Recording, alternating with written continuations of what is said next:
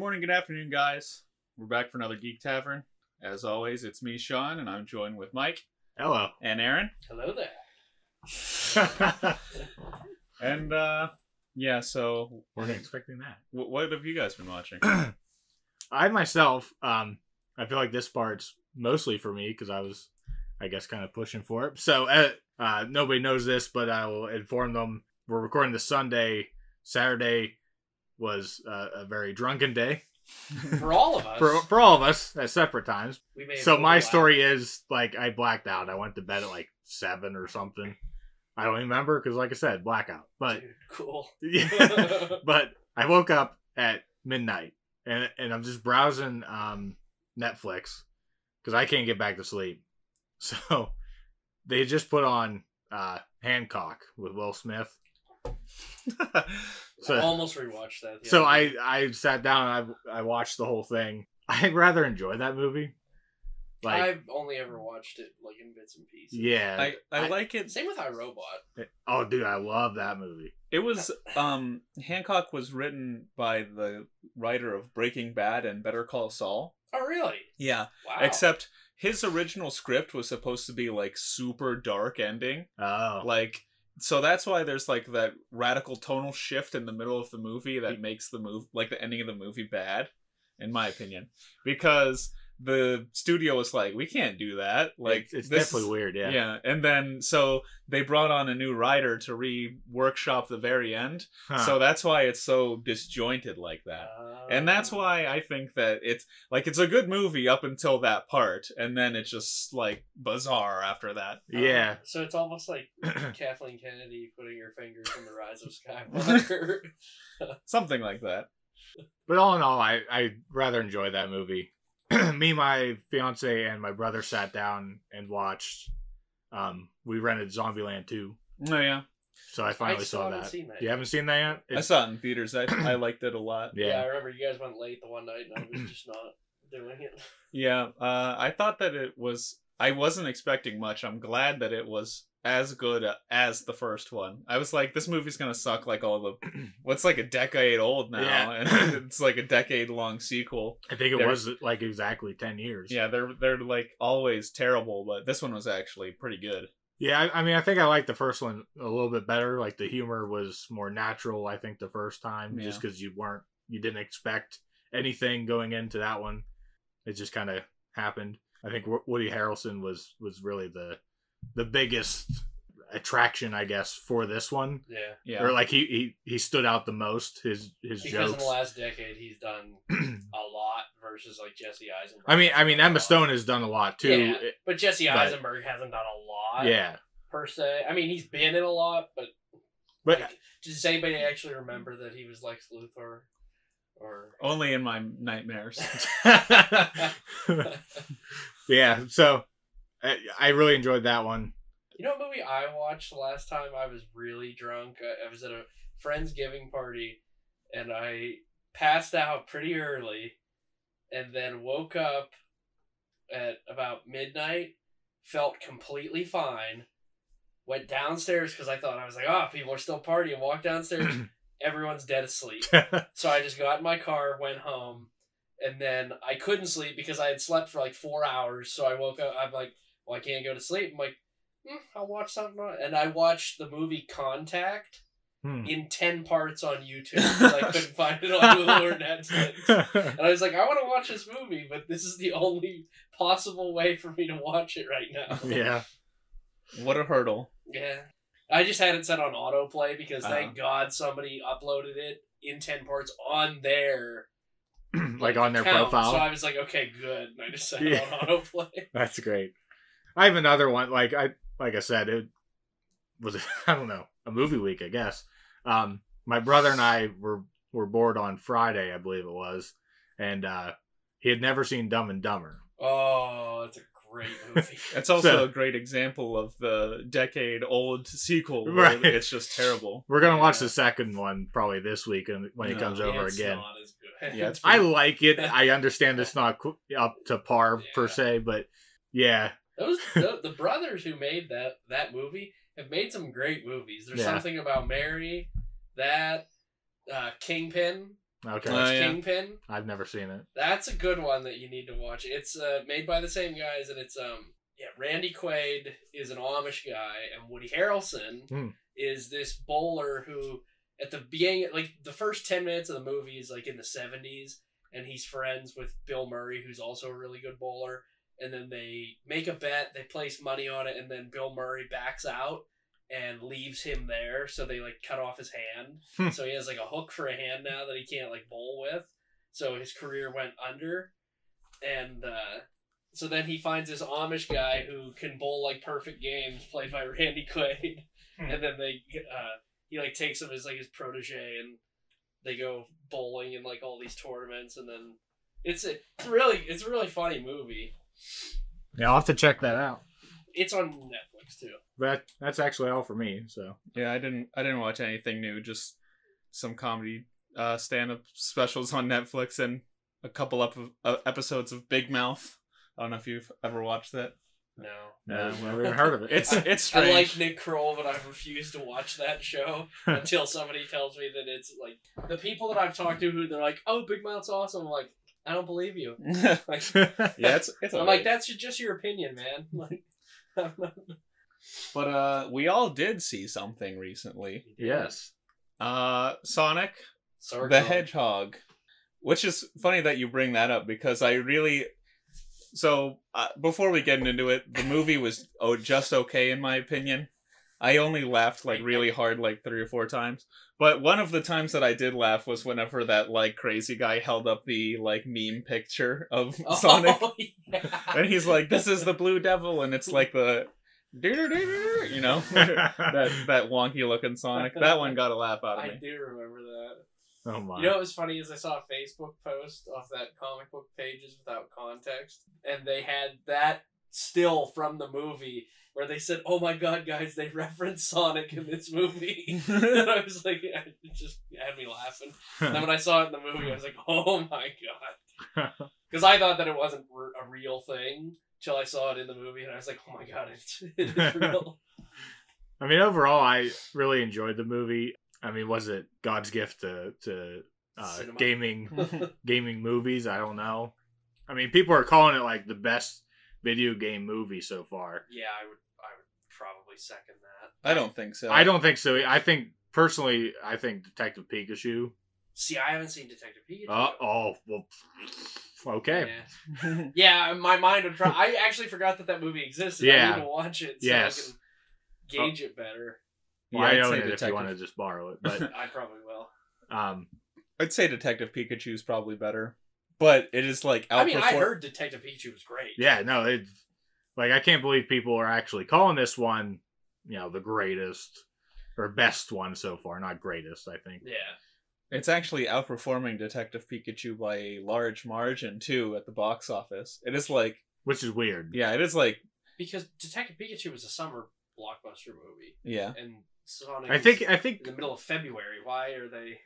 I think a big reason is because of them completely overhauling the graphics of how Sonic looked, which, by the way, everything in Detective Pikachu was right from the start. Yeah. Oh yeah. But because of the switch, like how he looked in the movie, it made it so much better. If he still looked like that creepy like meth hedgehog that they had, I think the movie would be fucking terrible. I sincerely hope that there's a version that comes on the Blu-ray. You and I talked about this briefly. Day. Yeah.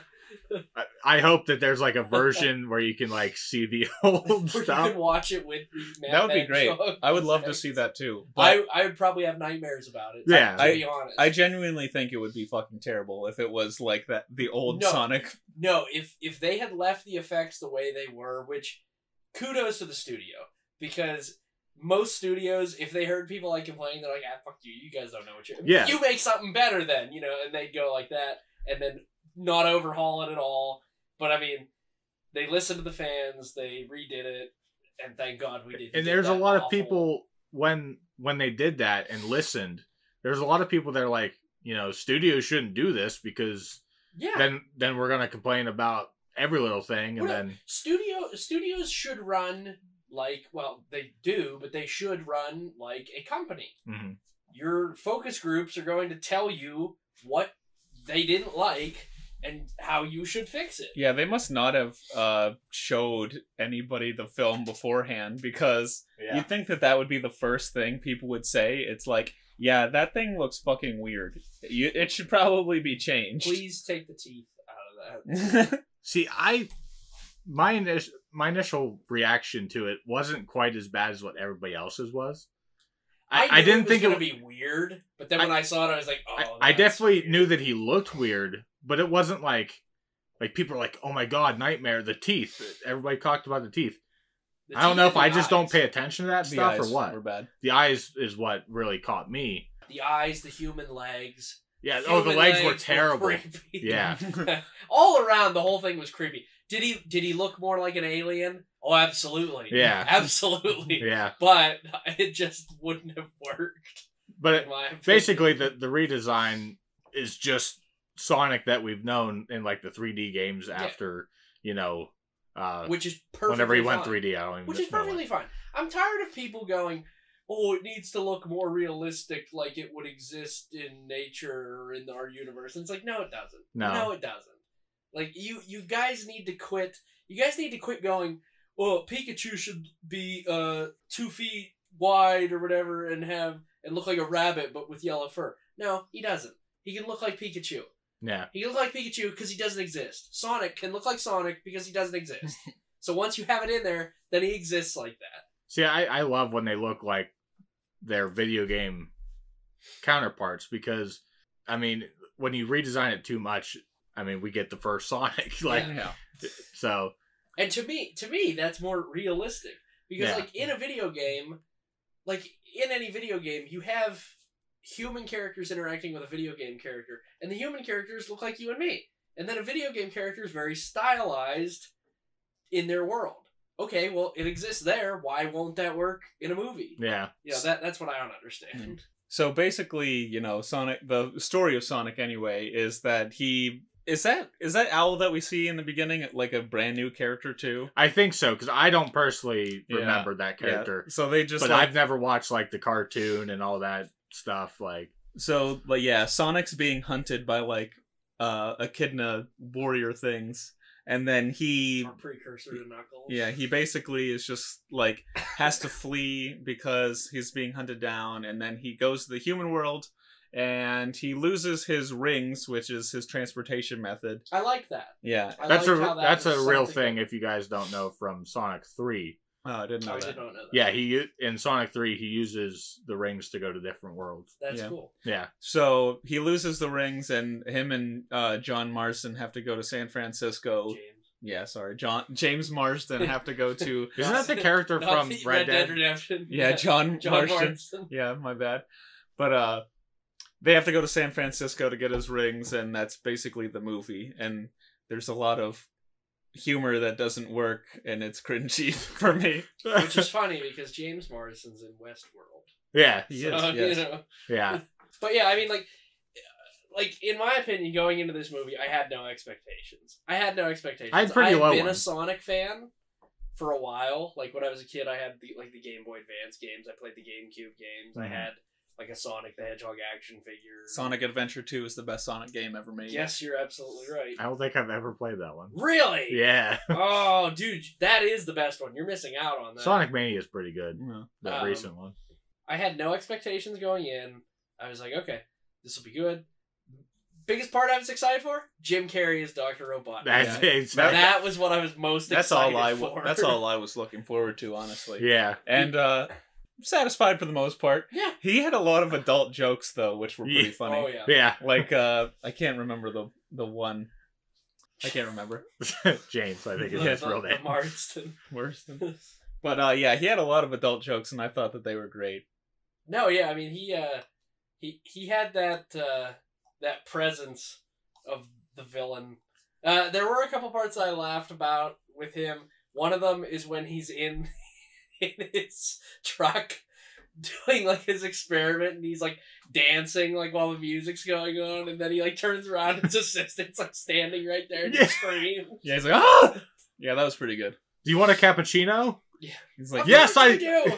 I love the way you make them.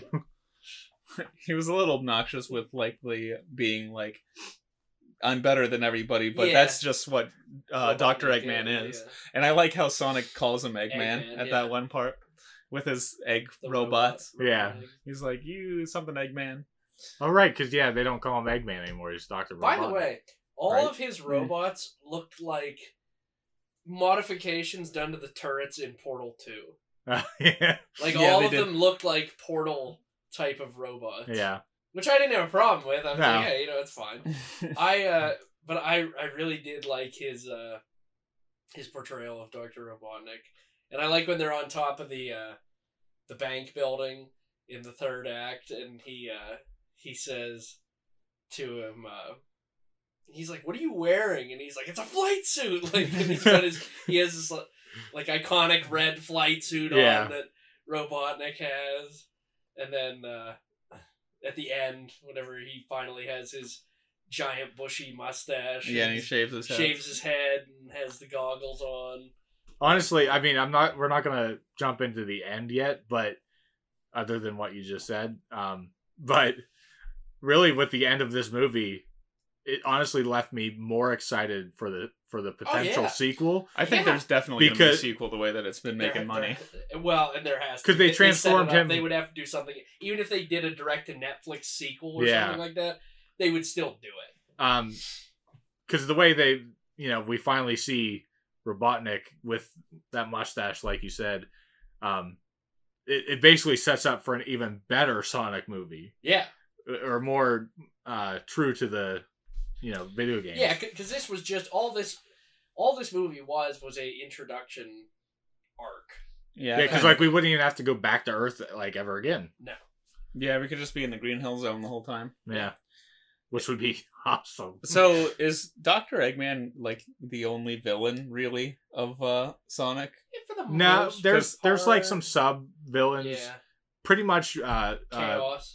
Yeah. Well, yeah, Chaos well- is a really good villain. You mean Shadow? No, Chaos. I don't know who that is. Chaos is. It's like a gelatinous. Oh, yeah, right. water-based, Yeah, I get that. thing that Mm. has a brain in it. Aren't most It of has the other emotions and- the sub bad guys, aren't they somehow still tied to Robotnik though? Like he creates them almost Yeah. or something. I think, yeah, they'll probably do like the Chaos Emeralds or something in the next movie. Or something, I don't know. Yeah, I could see that the next movie he has to get the Chaos Emeralds, and then I don't know, once he gathers them all, he can get to Eggman or something. I don't know. The one scene that I really did like was the bar scene whenever he's running around like crazy, like the Quicksilver scene Yeah, from the X-Men that's exactly movies. what I thought of when I was watching it. Yeah. Because you had the music playing in the background while he just ran around and made like just tiny little movements, and then he comes back and he's like, "Okay," and just like waits, and then everything just happens. And I was like, Like I can't "Oh, believe that's that great." they say that he's that quick, but yet towards the end of the movie where Robotnik's chasing him with that ship, like he can't get away. I think that's because Dr. Robotnik had Sonic's hair or quill, Okay, yeah. so he was like using Sonic's energy. power. So they to were be both going that Yeah, fast. yeah. Okay. But to bring that up, yeah, he can move that fast, and he wouldn't just reactionary like dodge the fucking tranquilizer that James Marsden shoots him with. Like that would just be like a reaction to move, but it just goes poof, and he falls down. There were some logic things that did not work for me. The One big of them one I we were talked talking to- about. One of them I talked to Mike the other day about, where it was when he goes that they can go up to the roof of the bank building to get the sack of rings, and he tells the girl at the counter, he's like, "We have a jumper up on the roof." He's like, "I gotta get up there," and shows her his badge from Montana. And she's like, "You came," or she goes, "This badge is from Montana." And he's like, "That's how serious it is." And she's like, "Okay," and just like hands them a key. I was like, "You're getting fired." Not only that, but he is a known terrorist. yes, and not only that, but there should have been military people back at his hometown because of what happens once they get to the roof, where Robotnik launches missiles and blows up the top half of this building. Yeah. That dude should be in jail. Tom should have the death sentence. on him. Yeah, and that's another thing that, well, that was annoying, because it's like, they make it out like he's this super terrorist, because he's harboring Sonic and everything, and then people are just like not even giving a fuck. Yeah. Like, he's just like walking around, and Yeah, they made no effort to conceal their identities. yeah, exactly. And then they ended it. The resolution of this was just an offhanded product placement that kind of, I was just like eye rolling the whole time. Wait, which one was the first? Sonic is sponsored by Olive Garden. Oh yeah, Olive Garden. Yeah. Yeah. Which is so weird because I have not seen any. I don't think there's any actual promos for it, but you would think that they would actually be like, no, if you're gonna use our name, we'll definitely run some promos. Or at least use the Sonic gas station. Yeah, and it wasn't even just that. Hell, just do the never-ending pasta bowl, but have a promo where somebody finishes their pasta and like Sonic just brings them like a brand new like thing. Yeah. In a split second. That's a good promo right there. Yeah, that writes itself. But there's like even more. Like there's the one where they're like, "Oh, we were searching for hotels or new houses, and I'm on Zillow." I'm on Zillow, and it's like my head almost exploded when I saw that. I was just like, "Are you kidding me?" And Yeah, because like showing it's one thing because they show her screen Yeah. and it clearly says Zillow, but then she has to say, "I've been looking on Zillow," and Yeah. it's like, really? Oh, Yeah. it must be for the blind people who went to go watch Sonic the Hedgehog. The one then that to hear it. like the resolution of the terrorist thing, that's pretty bad. But the one that's super atrocious is whenever James Marsden is talking to his wife, and it's like, "Oh, you don't have any apps on my phone," and he's like, "Oh, except for the Olive Garden app, because When you're here, your family." It's like, I was looking around like I was the only person going insane in the theater. No, I was like, when I heard that, I was like, eh. Oh, it's so bad. I was like, you really had to, like, I get it that it was trying to be a joke and also shoehorning product, but I was like, eh. Do you think that was like an afterthought after, like, they're like, we're gonna have to redo all these visuals, we're gonna need some cash, so get Olive Garden on the line. Because we're gonna need them. No, you know what happened? Some brilliant idea that an intern had, where he like went to lunch at Olive Garden, and he's like, "How would you guys like to sponsor Sonic the Hedgehog?" And they're like, "The what?" And he's like, "Here, give me your corporate number." So some of my favorite parts of the movie was the part where we see him Sonic in, the actual Green Hills. Baby Sonic. Or well, yeah. And just imagine how terrifying that thing would have looked in its its original design. That's the other thing. Was Green Hills the same, or did they have to overhaul that too? Yeah, did that look like garbage as well? It probably just looked like the Microsoft, like your basic Microsoft background, That'd be where funny. he's literally just like running up and down hills. There's no upside down like rings or Yeah. anything like that. But I mean, the final product that was in the movie, like, It looks great. A plus. Yeah. I give the special effects A plus. I just as a person that my first system was a Sega Genesis, so I had Sonic 1, 2, 3, Sonic and Knuckles, where you put the other cartridges in that one. So like it was super cool to finally see something coming from this universe on the big screen. So with a Sega thing, like, it had the fanfare at the beginning where it's like a Sega Sony Corporation thing. Oh, that was awesome. Are they gonna like make Sega movies now? Like a Sega verse? Is there There's not anything really else any from other Sega? proprities that There's nothing There's a well couple. known. I mean, they're like gonna make a Sonic. Solid Snake movie. So He's not Sega. they've been though. saying that since 2008. yeah, but I don't know. It was just like, it was bizarre kind of to me, because it's like, okay, yeah, it's Sega thing. I think that was probably just a wink, like, hey, this is funny. Yeah, probably. Because like they don't have really. I mean, there's a couple other properties, but I don't even know their names offhand. Because I know they've done like Sega. Well, they had Sonic Racing or something. Yeah. And like there's all these other side characters from different Sega games, but I don't really know them. Did Pokemon have like anything from Nintendo at the beginning of the movie? No, I don't think so. No. Oh, okay. Well, Pokemon's not I mean, it's on Nintendo systems. It's a Game Freak. It's Game Freak. Oh, that's right. Yeah. It's technically a third-party game. Yeah. Except it's like the biggest third-party game in the except world. it's so synonymous with Nintendo that it's just like... Yeah. Could you imagine, since it's a third-party game, if Game Freak was like, you know what, we're going to Xbox now. That would be insane. Yeah, that just like ties completely broken with Nintendo. So that'd be crazy. So here's a question: do you think that the Sonic the Hedgehog movie, which is actually not the first Sonic the Hedgehog movie, and I'll talk about that in a minute, but do you think that will pave the way to maybe a Super Mario Brothers movie that isn't complete fucking garbage? Well, they were supposed to do an animated one. Yeah, I mean, you could do that. Yeah, but the reports for that have Mario to the and wayside. Sonic was in Wreck-It Ralph, so maybe they could just do something like that. It was supposed to be that kind of animation. And I want to see was like voiced by his original voice actor in Wreck-It Ralph. Yeah. He was. But Ben Schwartz played Sonic in this, which I was fine with, but I couldn't not hear John Ralphio from Parks and Rec the entire time. Where like I kind of wanted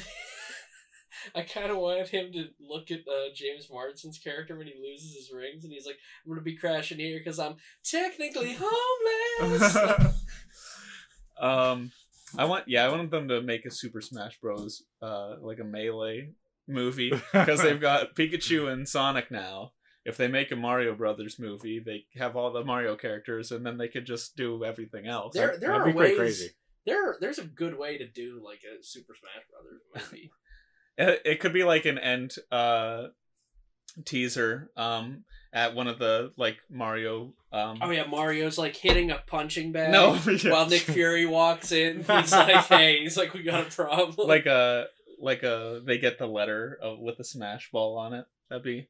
I'm sure people would lose their minds if they saw something like that. Oh my god, that would be pretty pandemonium. So what I was going to talk about, the Sonic the Hedgehog movie. This is not the first Sonic the Hedgehog movie. There was an animated Sonic the Hedgehog movie in the late 90s or early 2000s in which Metal Sonic was the villain.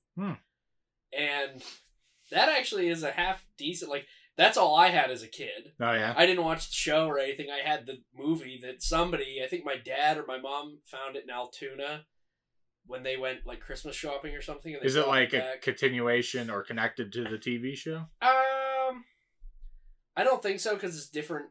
Their characters are designed a little more differently. Probably standalone thing, then. But I think there was an owl in that movie. I mean, that character could be a real character. I do not know. I will have to go back and rewatch it, but that's all I had from Sonic as a kid was that movie. I watched the 4Kids Sonic like a couple of times. Like they had a Kirby show too, and I watched that Saturday morning on 4Kids. Super Mario Bros. Cartoon. Like at the end of the movie, Metal Sonic saves Sonic from Eggman, like whatever attack he was doing, and not gonna lie, it's still ingrained in my brain. One of the saddest deaths of a character. It was like Terminator 2 because Metal Sonic melts in lava. Oh gosh! But like it was just sad. I was like, because like Sonic's like, no, he's like metal, and like he's just like slowly like going down like into the lava and like melting, and I'm like, oh man, wow, like that's so sad. I gotta look that one up. I have it. If I can find it, I'll let you borrow it. Okay. But I mean that was all I had growing up was that one. But it was good. It's done very anime style. But the characters are designed more off the older designs rather than a newer design.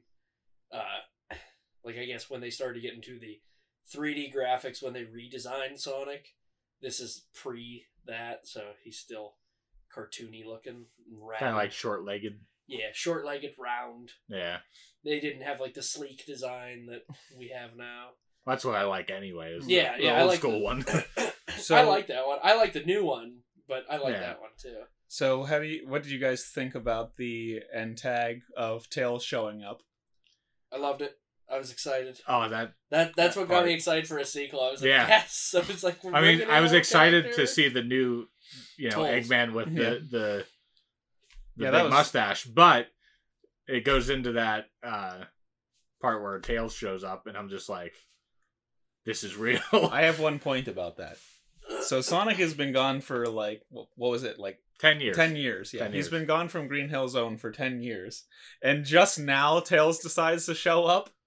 Well, here's the thing, like, did they even know each other? Yeah, I don't know. Because you didn't see Tails at all. Because like... we get, at the very beginning of the movie, we get like the Knuckles-looking tribal people. Yeah. And then the owl, who is more realistic of an owl than how they look. Right. Like, as they like, don't actually cartoony. look like hedgehogs. Yeah. But, and then that's it. From the Green Hill Zone, and then Tails just shows up, so we don't really know anything about Sonic from back then. Yeah. And yeah, I don't know. It's just kind of strange to me that like Tails and Sonic are supposed to be friends, and after 10 years he just shows up now. Maybe it's like there's something happening with the Green Hills and he needs Sonic's help or something, but I don't know. Also, how would he have known which planet Sonic was? Maybe that's why he's like hopping planets, and it's like took him 10 years. Well, I thought I heard him say something like his energy signature was detected here. I thought he said something that might have like been that. Yeah, because that could have been it. Because after, whenever Sonic blows up the baseball diamond, maybe that's what prompts it. That was a great scene. Yeah, him playing baseball by himself. And, yeah, like, he's fast enough. He was like, Sonic's playing, the third mound or whatever. Yeah, I thought that was nice. It kind of like, so the whole themes of the movie is like family and like Sonic being alone now. And at the end of the movie, he lives with Pretzel Lady and Donut Lord. Was it Donut Lord? I think Donut Lord. So I thought that was nice. I mean, there isn't a lot to really say. We don't. I don't know. I mean, there's not like big spoilers. Like, yeah, it's just they get the rings back. Yeah, it's as good as I was expecting it to be, I guess. Yeah. Like I don't know. I was bored a lot because the humor just didn't work for me much, and I thought it was a little cringy at times. But I wasn't expecting anything like spectacular. Yeah. Yeah, I had no real expectations for it. I think the humor worked for me. I don't know. I don't know what it is about me, but like dumb humor, I laugh. I don't know. I usually have a pretty broad sense of humor, but this was just like not hitting for me at all. There was some funny stuff, like when the ant. They tied up the ant. Oh, his daughter's just running around the house the entire time. She was such an obnoxious character. She was. I hated that woman. And that's like another thing. They had like, it's full of like terrible characters. Yeah. Well, not like the main cast, but like the idiot deputy sheriff. Yeah. Yeah. He was like Enos from Dukes of Hazzard. Yeah, it's like, what the hell is happening here? I don't know. Aside from like the main like 3 people, everybody else sucked. Yeah. The other thing was like we get to know Tom Wachowski, was it?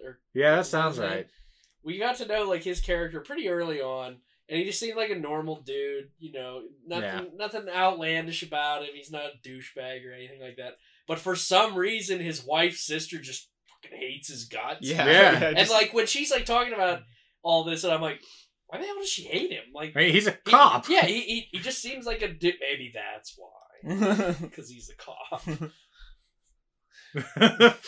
Yeah, but I mean, he's a good dude. No, that's what I mean. Like, I do not understand why she's like, you need to leave him. Blah blah blah. I'm like, so he's like, is it maybe more so? He's a guy who married your sister. They have a house, a very nice house. Yeah. He treats her like a princess. And he is furthering his career to help them by joining the San Francisco Police Department. But you don't like him because... ? I mean, I guess, that's what we start off with, is him being like, all right, I'm going to apply for this bigger job. I think, was it out in LA or what? I can't remember. It's San Francisco, yeah. Okay. So, much more dangerous job. Being able to let her go out there as well to pursue something. I can't. Veterinary. Yeah. It was also to help her out with her goals. But yeah, I don't. I'm still hung up on why she hated him. I don't I was gonna say it was because he didn't want to leave the little small town, but he ended up doing that anyway. So I don't know what it is. Then they move back. Yeah. But yeah, I was like, I don't get why she hates him. So I think Robotnik's actually kind of set up where he's just doing his job. Yeah.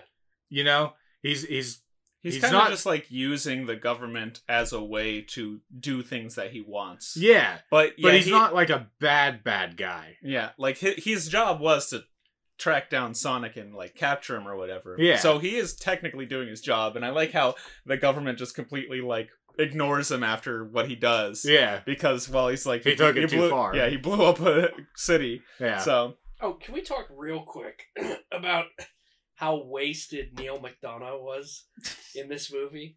He had 2 minutes where he interacted with Jim Carrey, and then is never seen again. But he's one of the top billed. Yeah, that was so weird. Like, and I expected because they were all set up in that town.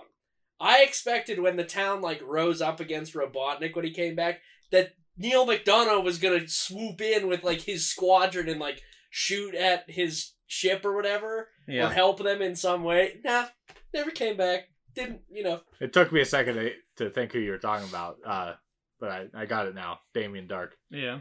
Yeah, I was like, I don't understand why they. But yeah, I was super excited that he was in it, and then that was literally the only scene he was in. Yeah, it was really disappointing. But so I would give this one like a 2.5 out of 5, 3 if I'm being generous. Okay, you're doing 5. Yeah, like it's perfectly average, maybe I would slightly say below average. 3.5. It didn't wow me, but it was good. We're doing 5 points on this one. Yeah. You can do whatever your rating is. Okay.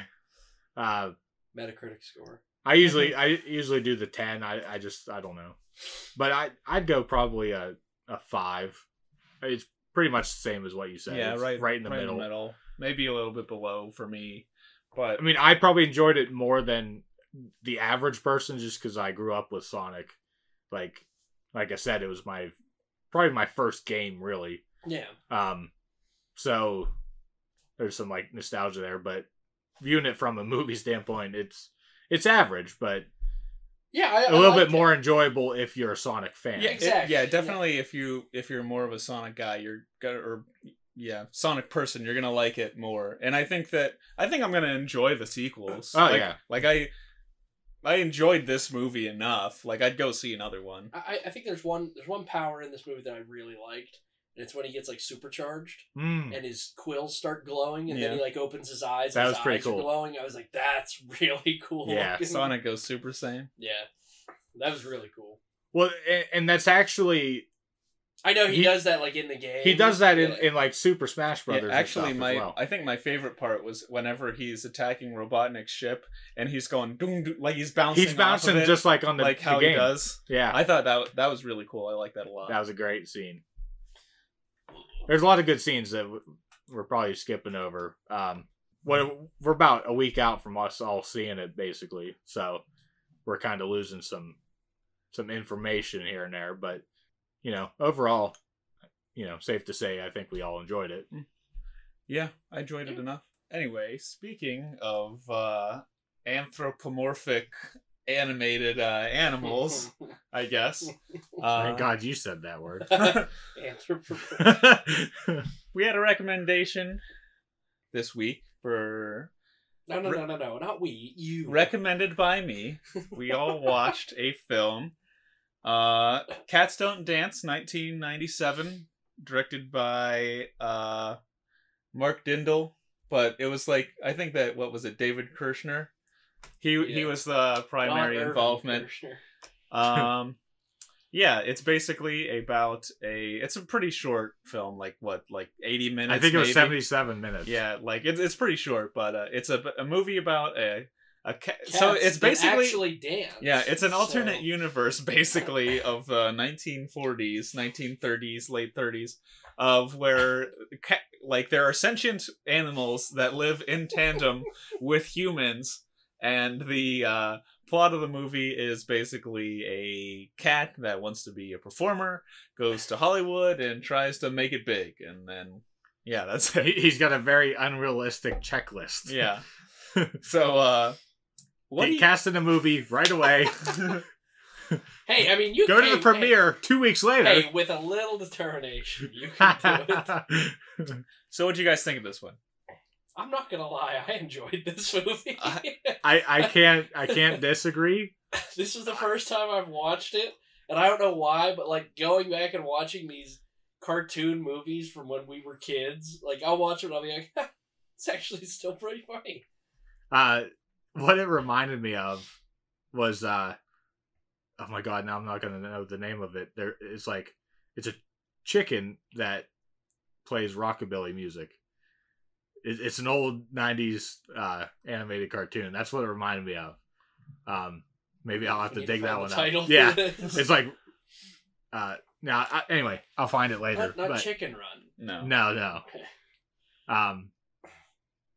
It's like rockabilly, rockachicky, or I don't friggin' know. I feel like this was a movie. Oh, Rockadoodle? Yeah, Rockadoodle. Rockadoodle. I remember that one. Yeah. Oh, why didn't they do a sequel called Rockadoodle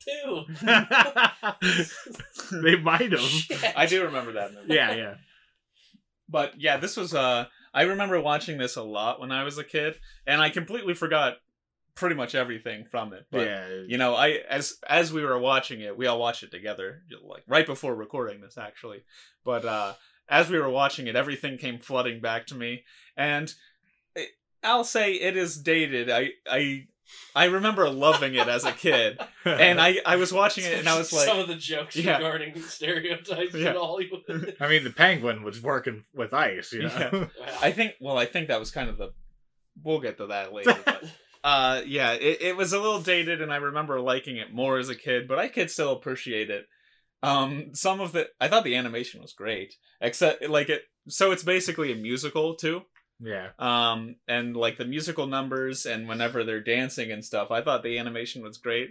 And then like maybe whenever they're just talking with each other, it's a little lacking because it's a little slow. Yeah, they put like all of the budget into the dance numbers and everything. But I really liked it. Everything was very fluid. Yeah. Great cast. Yeah, it had a good cast. I mean, like, let's rattle off a couple of names here. Sonic, don't staying on the subject real quick of the animation. I really like the one scene where he's getting them all pumped up like on the street, and when they finally are like, okay, I'll join in, their contrast like lit up. Yeah, they brighten up. Yeah, I thought it was pretty cool. That scene reminded me a lot of the one scene from Tarzan where all the gorillas are like playing the music at the human camp. Yeah, it reminded me a lot of that scene. It was a little bizarre at first with the cat, like all the animals just like living with the humans. This movie is like an hour and a half long. That's long for an animated feature film. I thought it went by pretty quick. No, it did, but like that's long for like an animated movie. Yeah. They're typically like an hour. Yeah. Yeah. Maybe a little bit more. Yeah. So cast list here. Scott Bakula, which this is not the first time I've heard Scott Bakula sing. The first time I've heard Scott Bakula sing was on Always Sunny in Philadelphia. Mark Dindal played Max, the director himself. Okay. Jasmine Guy played Sawyer. Max, by the way, probably the best character in the movie. Easily. I want a movie on him. Yeah. So, the main antithesis is basically this Frankenstein-esque Arnold Schwarzenegger. Well, he's just the henchman. It's what's her name? Darla Dimple. That's Dimple. it. Yeah. Darla Dimple. She is a child actress who is like cutesy and known for loving animals. Isn't it basically evil Shirley Temple? Yeah, it's like Shirley Temple. Yeah, she's like Shirley Temple, except she actually hates animals. Yeah. And so Max is like this monolithic like servant that she has, and he is like stupid. I don't want to say he's stupid, but he's a gorilla, right? Yeah. I think he's a human. Really? I thought he was a gorilla. I'm pretty sure he's supposed to be a human. It doesn't say on here. Yeah, but These bios are very vague. But so he is basically just her servant and he's the enforcer basically, and he was the best part of the movie because he's like oddly agile and swift. Yeah, like every time they would cut, like in the third act when they're at the theater, and then like yeah, that was so weird. What did he drop? He dropped something that made like the tiniest clicking noise. He tightened his tie. Oh, he snapped his tie after he was checking it in the symbol. Yeah, Pudge to make snaps sure it his was tie. straight, and he snaps a tie, and then we zoom through the crack in the curtain up to Max's ear, which like twitches when he hears it, and like turns and looks, and then in the next cut, it's where he was standing, but the curtain's just like swinging, like he just like bolted around the corner. That's not the best one though. The best one's where he breaks through the wall. Oh, goes back out. And when he leaves, he just like vanishes. Yeah. I think my favorite was probably the one where Pudge snaps his tie, but I also liked whenever Danny is he's having his meeting with Darla. And then afterward, they're like seeing him out, and Max gives him his hat, and then his coat, and then he gives him his hat. He gives him his coat, and then he keeps walking like a foot away with Darla, and then he gives frame. He walk Max out of frame, and then walk Max into frame, and Max gives him his hat. And then Danny, like after taking his hat, Darla's talking, and Danny like turns around and like looks like back towards where they came from. Like, how the hell did he get here? A lot of great visual comedy. Yeah, in this. There was. I also love the way that like it was like super stylized. Like one of the musical numbers where Darla is like being super evil. Like the sense of scale, I think, is just great. Oh yeah. Like especially one where like Max is picking up Pudge, and it's just like such this immense distance. Yeah. Like I thought that like the scale and like all the proportions, I really dug all that. Like the animation I thought was great. Yeah. It almost, I mean, the animation does look great, but it almost looks older than the movie actually is. It does. It does. I would almost, like, if I just saw it from a distance or like saw a clip. I would guess late 80s. I wouldn't That's guess what late 90s. Yeah. I would guess late 80s. I would have guessed around the time Who Framed Roger Rabbit was made. Yeah. It like the animation's a little snappy. But I'm fine with that. I mean, no, it's still good. That's what I'm not. Yeah. Yeah, I'm not saying it's bad like, in any way. You also got to think Aladdin came out like the same year. Yeah. So you like put Aladdin stacked up against this. Aladdin was 93. Yeah, you're right. Hercules came out the same year. About yeah. So you would you'd be watching that like. All right, one definitely looks better. That's what I'm saying. Other. Like at the time, this would have, in the kids' eyes, would have been like the cheap knockoff movie. Which actually, when you showed us the poster for it, I was like, I've seen the poster for this, and I thought this was just like a direct to video. Yeah, I don't. Which it might have been. Yeah, but... I'm not sure about its release. With the cast here, I really don't think that it was a direct home video type. Yeah, of thing. it does. You're not going to drag Don Knotts into your animated animal movie without releasing it. I mean, it is 1997. What was Don Knotts doing? Yeah. He also played the turkey in Chicken Little. Did he? Mayor Turkey. Yeah. I don't think I've ever seen that movie. Oh, that's a good one. Yeah. John Rhys Davies, Natalie Cole, Kathy Najimy, Don Knotts, George Kennedy, Hal Holbrook, Betty Lou Gerson, Reen Aberjono. He was the doctor in well, some people may know him from that Always Sunny episode, but he was also one of the actors who played Father Mulcahy in MASH, but I know him from the 1976 King Kong movie, starring Jeff Bridges. Frank Welker is also in the movie. David Johansen, which some of you might know as Buster Poindexter, was the bus driver in the movie. D. Bradley Baker was also in this. And that's about all the top cast that anybody would actually give a shit to know who they are. Speaking of King Kong, I liked his appearance in the movie. That was D. Bradley Baker. Was it? Yeah. Yeah. So I like that where it was like animals throughout Hollywood history, especially that era where it's like King Kong is like an actor, and probably the only and most famous animal actor of the time. And then they had Even Toto. Then, he wasn't a real animal. He was entirely a stop motion puppet. Yeah. And then they had Toto from The Wizard of Oz. I thought that was pretty. Those are some pretty. Slippers. Yeah, those are some pretty good gags. I have a complaint where some of the characters of the extended cast are a little one-dimensional. Yeah, but it's a pretty short movie considering. So I couldn't not look at the hippo and think, played by Peggy Hill. I couldn't think or not think of Mr. Krabs' daughter, Pearl. Like, if they didn't write Pearl directly from this character, it's fun fact. A crazy coincidence. This movie was made 2 years before the SpongeBob pilot aired. Right. So that's what I'm saying. Like, I feel like somebody from there saw this movie. It was like, I went, God damn, we need a whale character. Yeah. That hippo's perfect.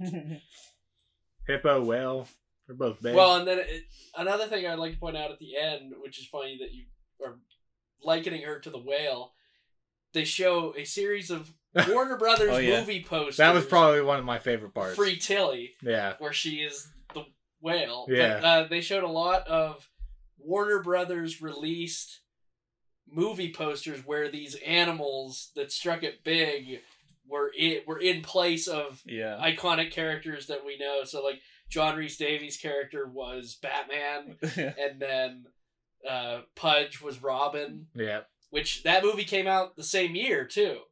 Batman and Robin was 1997. Right, yeah. That's weird. Or no, I'm sorry. No, yeah, it was. Batman and Robin was 70 or 97 because Batman Forever came before Batman. 95, I think, was. Yep. Yeah. Yeah. So weird.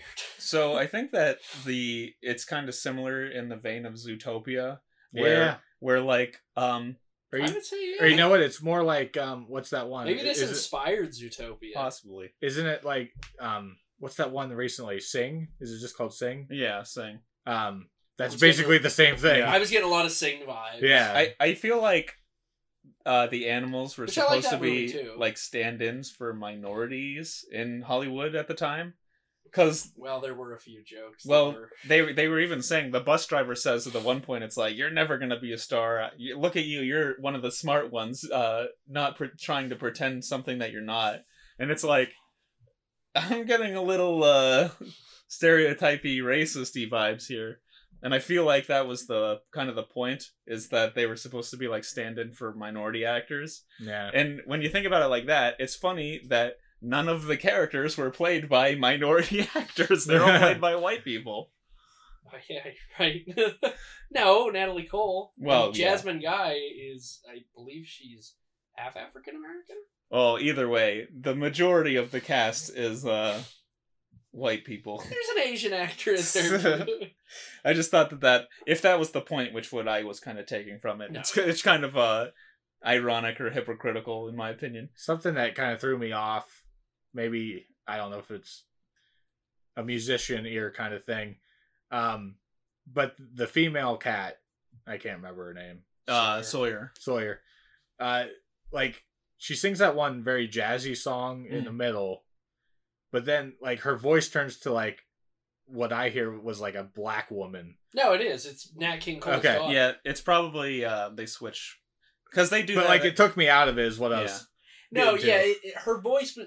Like, Natalie Cole's voice was just different enough where you were like, that's not the same person. Yeah, like it's not the same person singing both songs. Because you hear her talk, and she has kind of not a deeper voice, but kind of more of like a... Yeah, husky voice. Yeah. See, I didn't notice the difference between the talking and the singing, but like the two songs that she sings are just so differently sounding vocally that I was like, that's not the same singer. I gotcha.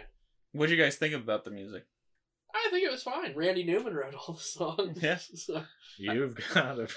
I like that also came out that year.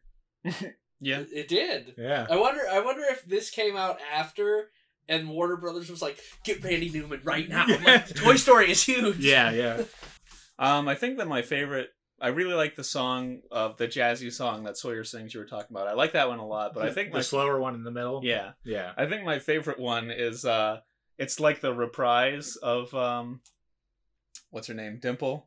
Dina? Is that her name? Darla. Darla. Danny. Dennis. Yeah. The reprise of Darla's song where it's like big and loud. And it like the evil one? Yeah, the evil one. I like that one a lot. Yeah, I like that. That was a good villain song. Mm. And the imagery that went along with it was very interesting. Like I pointed out when we were watching it, like there's all these hearts around, but like the song is so menacing. Like lyrically. I forgot that it was a musical. I don't know why I didn't get that from the name, but I was not expecting a musical. I was like a little worried. I'm like, uh-oh, it's a musical. It's gonna throw them off. I don't mind musicals. Like I like musicals a lot. I like Grease is obviously a big one. So like I like Grease. I don't even know musicals offhand. Aaron, your opinion on it? The music or the soundtrack? I think it was fine for a kids movie. It was perfectly fine. Yeah, I really liked it. I did like the end. I'm not gonna go download it onto my Spotify or anything if I could. But... I might.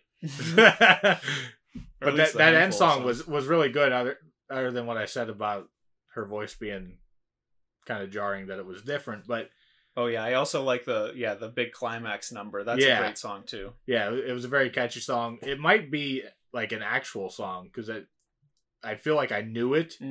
But like it was like these characters singing them, obviously. Right. It wasn't the original song, but I think it was an actual song. I don't remember who it would be, but it's kind of short, so I don't know if there's even much else to say about it. You know? Yeah. Yeah, I mean, it was a fine movie. Yeah. Where would we rank it?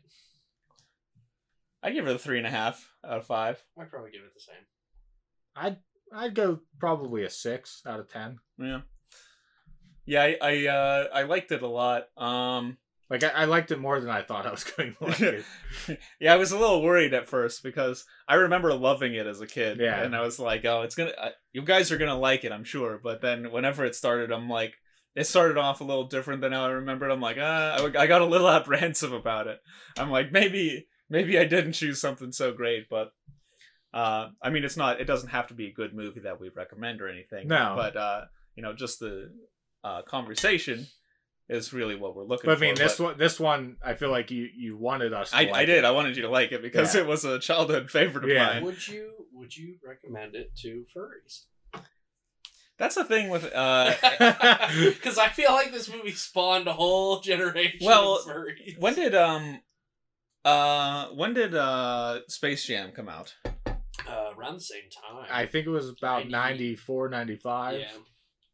Because there's just something about 96, so the year before. Yeah. Okay. There's something about anthropomorphic animals. Sexy animals. Being made out to be sexualized. Yeah. I don't know if, like, clearly the animators weren't intending this whenever they were, creating the thing. But no, but the studio was. But animators, they like draw things that they like. So all these fucking creepy old men are gonna draw this sexy rabbit or this sexy cat. Yeah. And then little kids are going to be they're impressionable whenever they're like watching these things. So especially in Space Jam, whenever they introduce Lola Bunny, they're introducing her as like a sex symbol. It's weird to say, but like not because she was a bunny per se, but I was attracted as a young kid. Yeah. Like like at this point, she exists in real life. Yeah, Natalie Dormer. She looks exactly like it. But I mean, like I was pretty young. What'd you say? 96. I was like 6 or 7 when it came out. I'm not afraid to say that Lola Bunny was a childhood crush. Yeah, but at that point, it's not like a sexual thing. It's like, oh, she's cute and funny kind of thing, So it does work.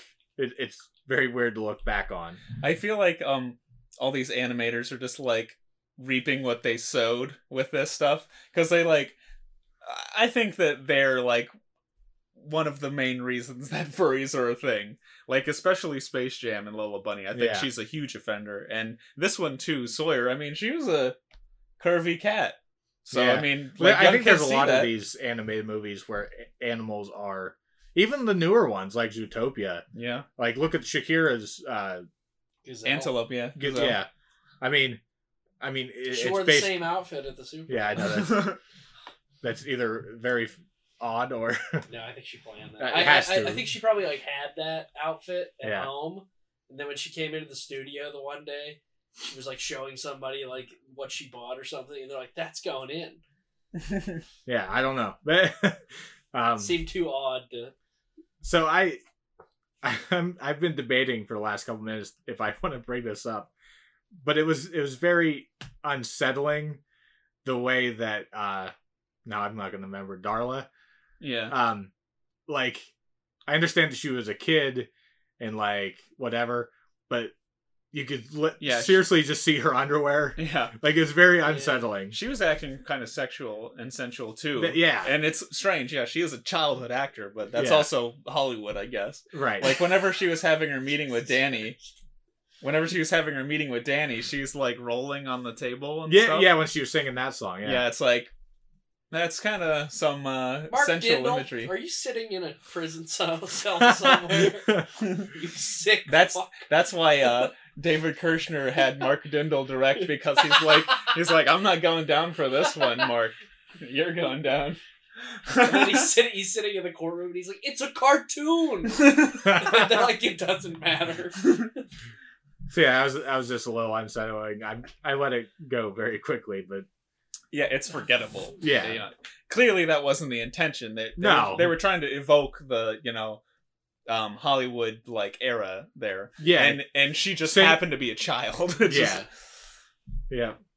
But I mean, all around it's a good movie. Yeah. Pretty good characters. I enjoyed it. I'm glad that I got to introduce the two of you to it, and I'm glad that I got to revisit it because I liked it not as much as when I was a kid, but just a little bit less. I could definitely see myself coming back to this every now and again, just because I think the music's great, and while the characters are one-dimensional, I think that it's a nice little tale. So yeah, and it's not that long, so you can just like pop it in and just if you have time to kill, just listen to the music and whatever. Yeah. So yeah, thanks. So with that being said, we never decided who was going next. Yeah, we didn't. I have one. You have one? I have one. Probably better if you go, because it's gonna Okay. take me a little while to like. I don't want to seem like I'm forcefully being like. It's. But better, I'm ready to go if you're not. It's better if you do before I ram a Godzilla movie down both your throats. Because we know that's going to happen. Actually, my suggestion was going to be, but I redact it because I believe you two have seen it before. It was going to be Roland Emmerich's Godzilla from 1998 with Matthew I've never Broderick. seen it. I've never seen that one? No. Have you seen that one? I've seen like half of it. Okay, Like that was going to be my suggestion, but Yeah. I would rather. It's been go on. with It's yours been on my queue on Netflix for a while. I just haven't. I would suggest it to you watch it this week when Okay. you're just watching. Like, that's not my suggestion Yeah. for us to review. That's just a suggestion. Watch it. It's fun. If you like Yeah. Independence Day, you'll have a blast with this. Right. So, getting it out there, my recommendation, and I own it, so I don't know if we're going to do the same thing as we did here. Balls of Fury. No. Damn. It's a movie called Rockstar with Mark Wahlberg and Jennifer Aniston. I don't even think I've heard of this movie. Okay. I've never heard of this movie. That's great. That's what I wanted. It's about this guy played by Mark Wahlberg. He's in a cover band of a fictional heavy metal band, kind of set in like the 80s. And the lead singer of the actual band quits, and he gets. Oh man, this is Marky Mark era. Yeah, it's like early 2000s. I think it was 2001. Yeah. So yeah, I'm not gonna give too much away. It's also basically musical because it's a heavy metal band. I'm really excited that you okay. guys. Yeah. Is that Tim Roth? I think so. That's Tim Roth, right? It looks like him. Yeah. Yeah. Okay. Yeah. So I guess next time If you don't want to be spoiled for Rockstar, watch it before our next episode. I'm excited about this one. I've never heard of it, and I'm interested. Yeah, I'll say that much. I'm so excited. Thank you guys for listening or watching, whichever you're doing. I hope that you enjoyed our discussion on Sonic and Cats Don't Dance. I hope that you enjoyed Cats Don't Dance as much as we did. What a pairing. Yeah, yeah. What an answer. They were in same positively delightful. Let us Get know. it, Paul? Let us know what you thought about either of these films. We'd like to hear your thoughts about it, and we'll catch you next time. See you later. Gotta go fast.